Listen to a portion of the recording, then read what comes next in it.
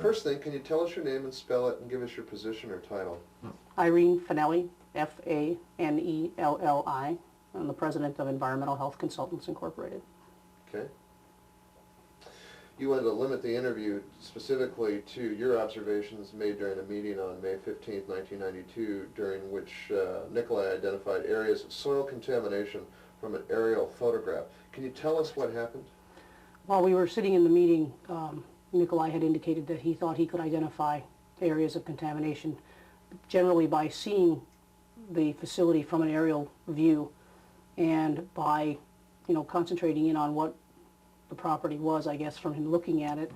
And from that, he observed the photograph and was passing his hand over different areas of the photograph and identified a number of different locations of contamination that were known by me in different areas on the photograph. Is there anything else you can say? To the best of my knowledge, he had no prior information about the site. And he did indicate that he had no prior information. And he knew that I had worked on the site in the past. And it was a fairly large-scale photograph. It had probably half the town on it.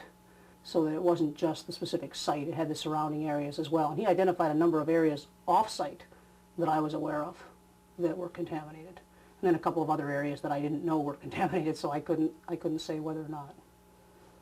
Can I ask you, in your experience, have you ever seen anything like this?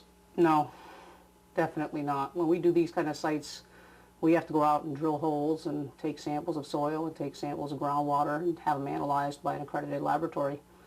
And all that takes a lot of time and effort before we get an answer back and says, what's there or how much is there.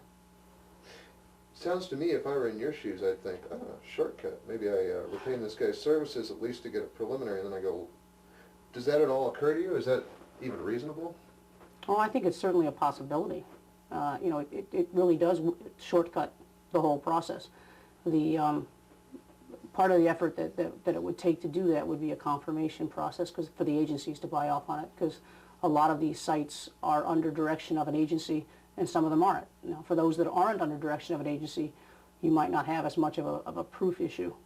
Whereas with the agencies, they want actual chemical data. They want something in front of them that they can look at and see the specific compounds listed and see the concentrations listed for what was found. So it might be a little more of a task to get through that kind of a process.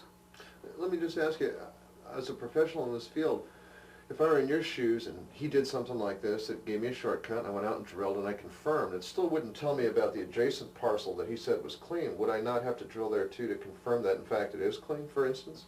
If your concern is for off-site potential migration, from off-site sources onto your property, then, sure, you would be interested in those off-site sources. And in other cases, you're interested in off-site sources as well. But if your client knows what they've used the property for, and there's other knowledge about what adjacent property uses are, and there's not much question about influence, then basically you're usually restricted to your own property, except for where the agencies tell you to get background levels. And so you would have to take your samples on your property, and then you might get permission to take samples on different areas so that you'd have a comparison of what's on your property versus what's in outlying areas, because very often fill materials are contaminated and people don't know it when they use them. At least they didn't in the past. Now you do, because you test fill materials. How was it that Nikolai came into this project that you were working on? I'm working with the developer who seeks to develop the property, and we have been looking at different mechanisms for either cleanup or partial cleanup and different types of construction in order to accommodate for the contaminated materials. And he had met Nikolai at a previous time and had indicated to me that he had met him, and that Nikolai had indicated that he could identify areas of contamination on the site. And basically the developer asked me to attend the meeting because I had the knowledge of where the contamination existed on the site, having previously worked on the site. So I went to the meeting at which Nikolai asked to see the aerial photograph. We brought the aerial photograph, and he proceeded to identify different areas of contamination on the site. How accurate was he?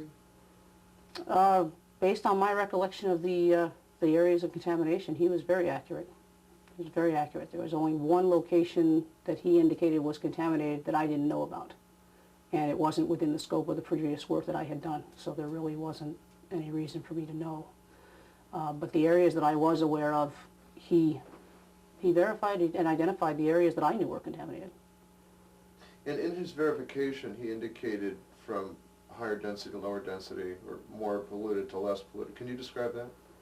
As he went over and reviewed the photograph and found different areas within the site that were contaminated, you know, you might have a boundary like this on the site, he would close in on one area and indicate the part that was the highest concentrations, and then in general terms indicate by giving drawings of contours, is what we call them, that would basically say limits of lower concentrations as that progressed away from the source, if you will, from the one area.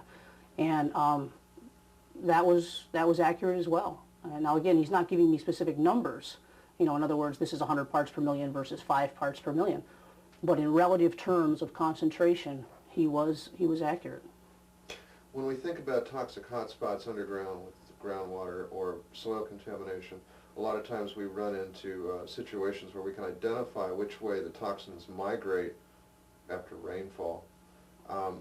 Did his information indicate what you know to be true about the migratory paths? About the migratory paths of the toxins? That is there anything that you can comment that suggests that he was right on with the geological aspects? Well, basically on this particular site, off-site migration is not an issue. Specific preventive measures have been taken on that site to prevent any groundwater migration, contaminated migration, and therefore it wouldn't have been an issue on that site. So in general, the pattern that he gave was the pattern that was known for where the levels of contamination were, but generally a pattern of flow of groundwater really isn't an issue on this site, so I don't think he attempted to identify that. Or is there any other information that he gave that suggested whatever analytical or technique he uses?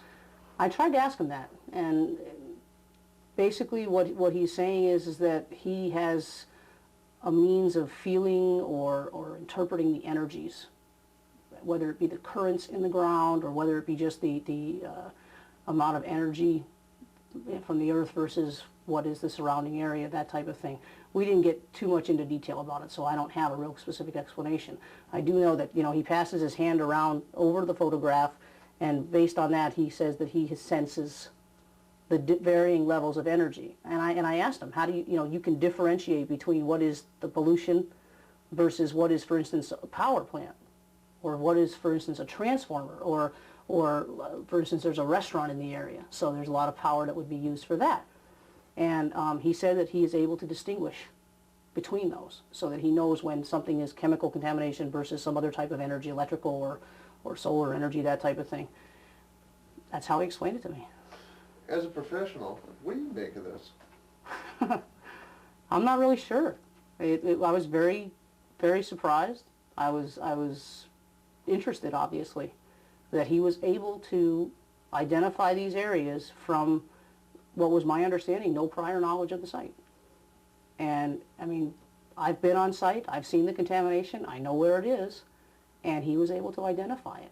I don't know how to explain it. That's the real interesting part of the whole thing, is that, you know, we're trying to accept on face value, basically, that he somehow has the ability to do this. I don't know how. I was confused too. But I was amazed. I was really surprised by it. But he was accurate.